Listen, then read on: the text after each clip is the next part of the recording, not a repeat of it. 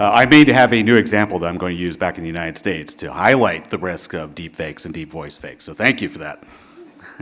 Good morning. I'd like to begin by expressing my gratitude to those who made today's event possible. Thank you to AfricaCom organizers and the United States Department of State for inviting me to join you today. For the past 26 years, AfricaCom has been leading discussions on all things ICT and digital connectivity. And connectivity is what I want to discuss today. I'm the Director for Federal Cybersecurity in the Office of the National Cyber Director at the White House. Our mission is to build more coherence across the United States government on how we approach cybersecurity issues. And in my office, we like to say that we don't do cybersecurity for cybersecurity's sake. Although I will admit, sometimes I imagine if we did. I imagine if my 14-year-old read aloud my memos instead of singing aloud to Taylor Swift. I imagine a world in which my 12-year-old would watch my Zoom highlight reels instead of Minecraft reaction videos. But as both my kids will tell me, we live in the real world, Dad. And in the real world, cybersecurity professionals are not rock stars. We practice cybersecurity for what defensible, resilient networks enable, greater connectivity. And as those things, and we do that for all the things that connectivity enables us to do. It enables us to have closeness to family and friends all across the world. It enables development in communities and the opportunity to reach our highest aspirations. There's a profound human hope that we can do more together than we can do alone. That hope has carried us from the cradle of humanity just outside of Johannesburg to the moon, Mars, and now interstellar space. And just as humanity's mantra of doing more together has spread us across physical space, so too is it spreading across digital space. Here in Africa, 500 million people are online. That's more than in North America. But it only represents 38% of the continent. I see great promise in that number because it means that we have an opportunity to make sure that 62% of Africans' first experience online is wholly different than what the rest of us have experienced. Instead of bolting security on as an afterthought, we can build more defensible, resilient networks aligned to our values. It is my hope that we seize this opportunity because it is clear to me that we all want the same thing, to ensure all of our communities thrive and prosper in a digitally enabled future. And at the White House, we spend a good deal of time thinking about how we accomplish that goal. How do we achieve economic prosperity through technological transformation? How do we create security as the digital revolution continues to reverberate across the globe? And perhaps, most importantly, how do we ensure equitable access to security and prosperity for both sides of the Atlantic Ocean? In the United States, we believe that the road to shared economic prosperity runs through our investments in our people. The Biden-Harris administration has catalyzed generational investments across America through the Bipartisan Infrastructure Law, the CHIPS and Science Act, and the Inflation Reduction Act. We are also investing in Africa. Nearly a year ago, President Biden announced the creation of the Digital Transformation with Africa Initiative, or DTA. DTA will expand digital access and literacy and strengthen digital enabling environments across the continent. At the onset of DTA, the U.S. government helped mobilize over $450 million in investments in financing in line with the African Union's digital transformation strategy. Alongside DTA, the United States has also facilitated investments in Africa's digital infrastructure and connectivity through President Biden and the G7's flagship Partnership for Global Investment in Infrastructure initiative. This functions concurrently with commitments made in last year's U.S.-Africa Leaders Summit. By mobilizing hundreds of millions of dollars in infrastructure financing, we are working to increase access to cloud-based technologies, bring down the cost of the internet, and make the continent a competitive market for industry. President Biden's strategic vision for cyberspace is one where defensibility, resilience, and a stalwart commitment to our values will enable our boldest and most impactful ambitions. We want to build a world where defenders, not attackers, have all the advantages. And we can achieve this. We can develop technological systems that are secure by design, where security is intrinsically baked in, not tacked on as an afterthought. And we can make our world resilient, so that even when our defenses fail, we're able to avert a catastrophe and quickly recover without lasting systemic effects. But building that world forces us to rethink about cybersecurity. That's just what we've been doing. My office is focused on technology, doctrine, and people that make cybersecurity an enabling function for the rest of cyberspace. So let's start with the technology piece. We are rethinking how cybersecurity is constructed. The idea that perimeter defense alone can protect our data and critical systems was challenged in the earliest days of the Biden administration. The 2020 supply chain attack on SolarWinds and the 2021 infrastructure attack on Colonial Pipeline, where a single exposed password caused limited oil services to almost a third of our nation through a ransomware attack, demonstrated that perimeter defense simply does not work anymore. Both attacks required us to think differently about how cybersecurity needs to function. And that's exactly what we have done at the systemic level. For example, we're embracing zero trust technology. This represents a paradigm shift in terms of network and system architecture, and it replaces a dogmatic devotion to outdated notions of perimeter defense, endpoint security, and attack surface management. A zero trust approach to cybersecurity assumes we are always breached. That assumption requires us to take a risk mitigating response rooted in the philosophy of never trust, but always verify. This means using multi-factor authentication to minimize the risk from phishing attacks, encrypting our data, both in transit and at rest, to reduce the risk from a successful phishing attack, and segmenting and containerizing our systems to narrow the risk from an attack spreading.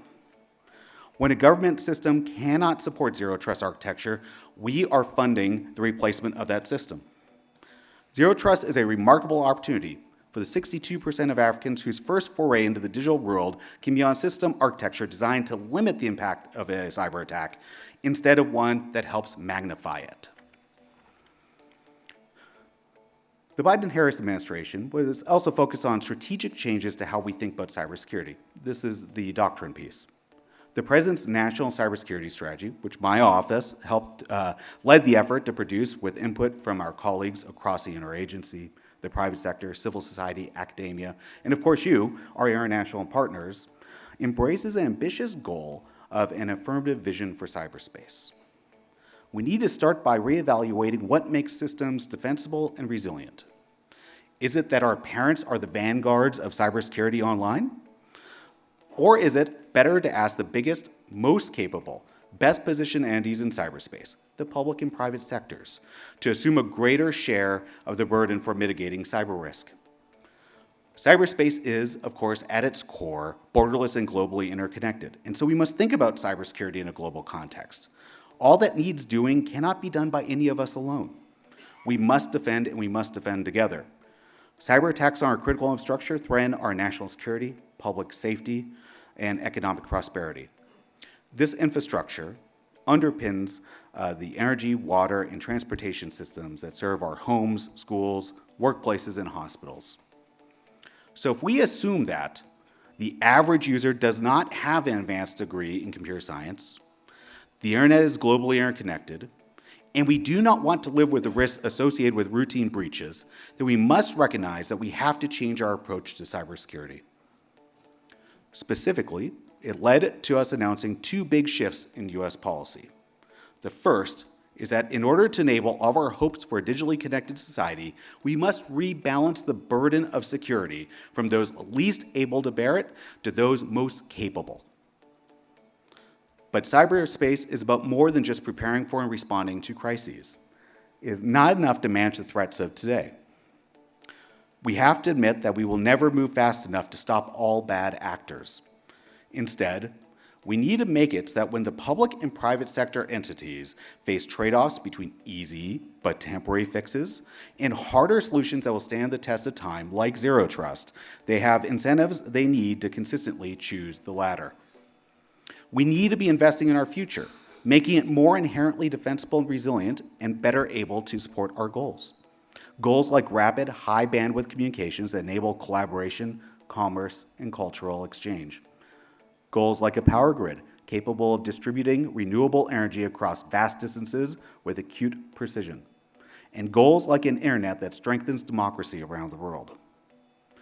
While I know how often our attention as national leaders is drawn to the crisis of the day or short-term solutions, that mentality will not help future generations. For example, we are making choices today that will determine the security and trustworthiness of technology supply chains for years to come. We're building secure and resilient global supply chains for information communication technology and operational technology products and services. We know the importance of ensuring that trusted vendors are baked in at the forefront of our critical supply chains and 5G and next-gen wireless networks. And that brings us to the second major policy shift from our administration, encouraging long-term security solutions over short-term profit incentives. So our new national cybersecurity strategy describes how we will achieve these two goals, rebalancing the burden for cybersecurity from the least able to the most capable, and incentivizing the most capable to make long-term investments favoring defensible and resilient systems. But describing those shifts are insufficient to actually achieve the outcome. Now we have to do it.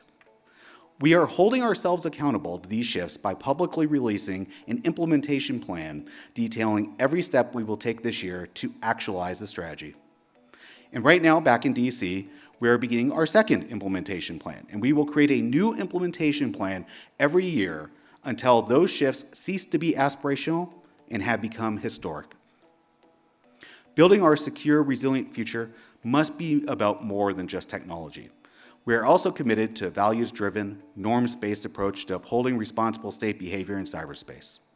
And we will continue advancing accountability when states fail to live up to their commitments. But ultimately, this all comes down to people, which is the last element of how we think about cybersecurity, and perhaps the most important. A central pillar of our efforts to build that shared, prosperous future will be strengthening our education system and growing our national cyber workforces. 100,000 cyber professionals are needed here in Africa. We need 750,000 in the United States.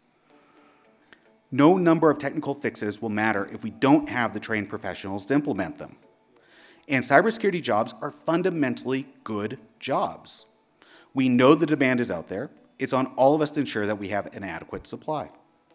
And that is why my office, the Office of the National Cyber Director, issued our nation's first National Cyber Workforce and Education Strategy that's nestled under our National Cybersecurity Strategy.